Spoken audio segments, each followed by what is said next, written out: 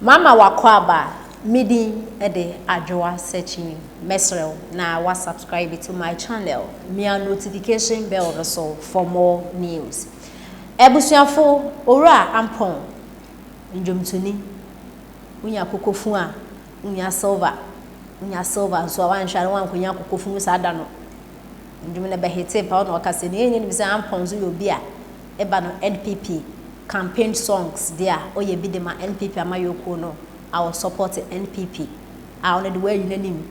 consonso bi a Ghana ha obi apɛ no de ne career ye de obi apɛ no de ne honam ye Ampong na okase na ne se mo kan ina ne se eba his excellency na Addo danko Akufo Addo na membu mu a wa ya de promises or de ma ye na we deliver every sector bia wa touch honom Nemo mino nienti amana his excellency ni ho ayehi aga na fundo mo twe na basa ne sre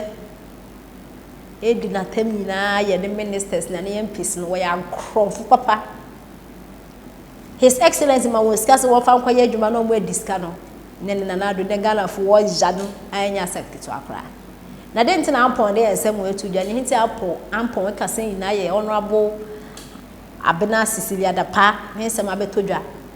also ne mates nkoafo mienu no won tem mienu mo fra mienu ahwenya mienu mawia na nya sika ketwa $1 million 300,000 euros na some Ghana cedis business ke ye beto dwane Ghana fo si yes Ghana ya wudi o ye tiase because we are politician be kire ye mu aye nsem bebre na ino Ampong e kire se ma mi no betro ndwum wie na me fa measure no big ba ko kan yen ho na ye ko no ho se on support ndwum na ye ndwum fine pa e campaign ndwum a e bebo na nkasa ni ministry the position na ekura no as sanitation minister no e bebo no mami si and on abetre madwuma ministry no and I then Ampong patch sen abofra keto de ntan obedina manim be kan nsem ma ense se wo ka kire me ene Ampong se mami tutu no ho mana no de ni wo sore na senden $1 million 300,000 euros abepi o de mami konya ne he e abanska no wawia tibu na mo ka ho na his excellency na membu nkoye yi Ghana for ya ne na ka eba na Addo nkwa de ka he's the best president Ghana we have ever had Genti nsema Ampong ede etija 1 million edi adwuma nko eno wo ye onya asa 1 million no on se ati se idi a ene na ma me nyina hanka nkyere mo se enipa bia wo ka na Addo amamu yi ho na wamma na Addo abre sei wo nya na ma na Addo abre no so obi wona na Addo di a enya so wa ye boni wa ye adwuma papa wa touch every sector but enipa character say no ana ma na Addo abla ne na say intina Canada Japan bana wo mu apia no de a ene na me gina no maka say na free na ekome I will support Canada Japan Thieves me kan no kra che say inti ena wo mu apia Canada Japan no de a ene ye me pe no kra me support Canada Japan from now mo hwe manim because Canada Japan e ba san me nyinni se san nyoma we betumi atoa so sa o man na brebra e bi so a wo ba na bi a e bi ono so ba betoa de ekoso ya wo fa hwe de ntia wo se me support Canada Japan se enipa bia wo kana na Addo amammu ho ama nyoma ayesei no se wo gina se ye ntwa wo ma na Ghana fo e beto atia no am allegation pa na me se enipa bia wo kana na Addo amammu ho wa ha na Addo ankofo mo enkofo abona na Addo adapa didi na tem papa kokura adwuma de a wo ye nyina achi enkofo di na tem enipa bia wo kana na Addo amammu ho a o ma na Addo asofa o Ghana fo atem didi hu bia o be stand se o wade foforo bia ma Ghana fo e beto betia no I'm telling you the fact o de opa kwana kwatweto obia o be ofiri na Addo amammu mu se Alan was a very good man anko betunya edi ba o mi anso a good man betunya ye but so omu wo na amammu na drum pempen so se ne de Ghana for Ghanaians will reject them me kan na jo I just say bibi every baby different enipa Ghana for nimu se waye bibi waye credible bia ne nsa hu nifin bi o nya nyoma bi sa na Ghana for betumi edi ani die ne obu ama ne se yen support no enti no say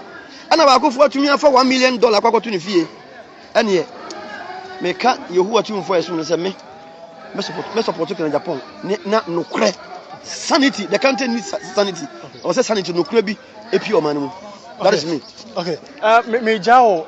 Ye beto aba 2024 ye kwa bato so. Wada Roma, wo ye legend. Ha! Na try picture. Ha! E wura ma pa na twa. Se suit. E twa. Ana jo obi ada. Pa! Na twa kana Japan. Na you say ya print Kennedy for president.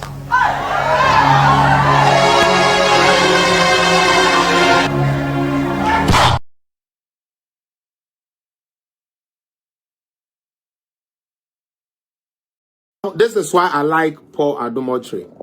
I like this work he did yesterday. Mama Yintie, now see how. Part your cousin, me pay electricity, me person me dey dum some na Juma say, na me besu say miniska, wa boa. Jimmy fu enyansa ni mutrim.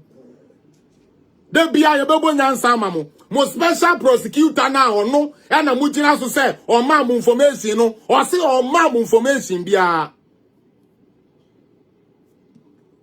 O ma mo information bia ti dia mo kan ye tro. Mo asefo Jimmy enko a. Jimmy enko a.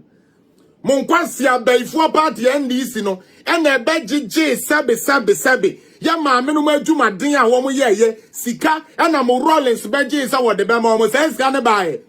it do feel say I mean like this is the first time one and 24 of those age they keep their money at home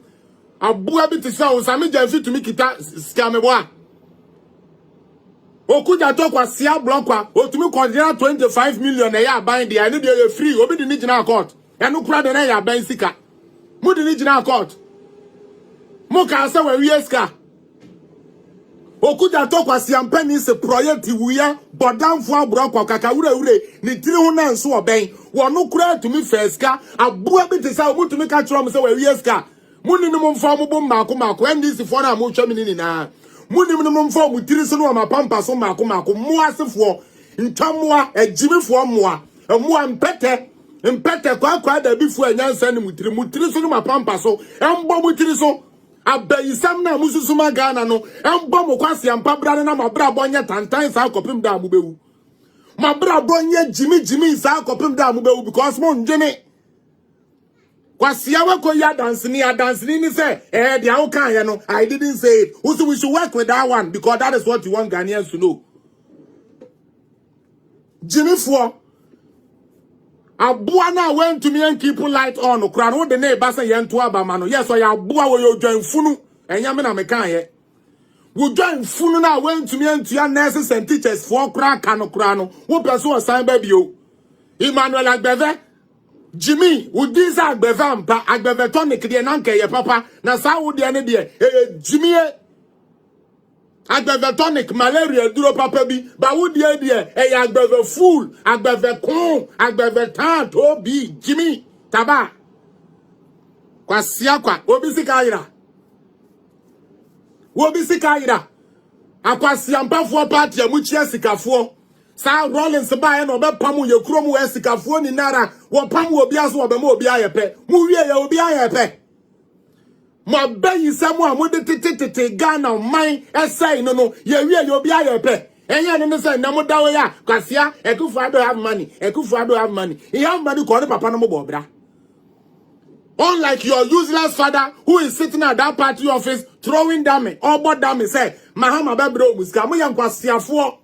Mpreko. Me say the only party we are say, Jimmy Pie NDC. The whole world. Ukobe Biar.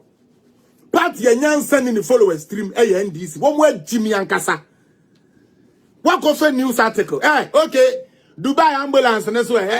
but Dubai ambulance na near town. Ekosi saying, my guy can. Because man say and kwasi asem and crofo so mubio. Yay. Dubai ambulance ni yebio. And as I say, the man who baby a free bar. Mo dear.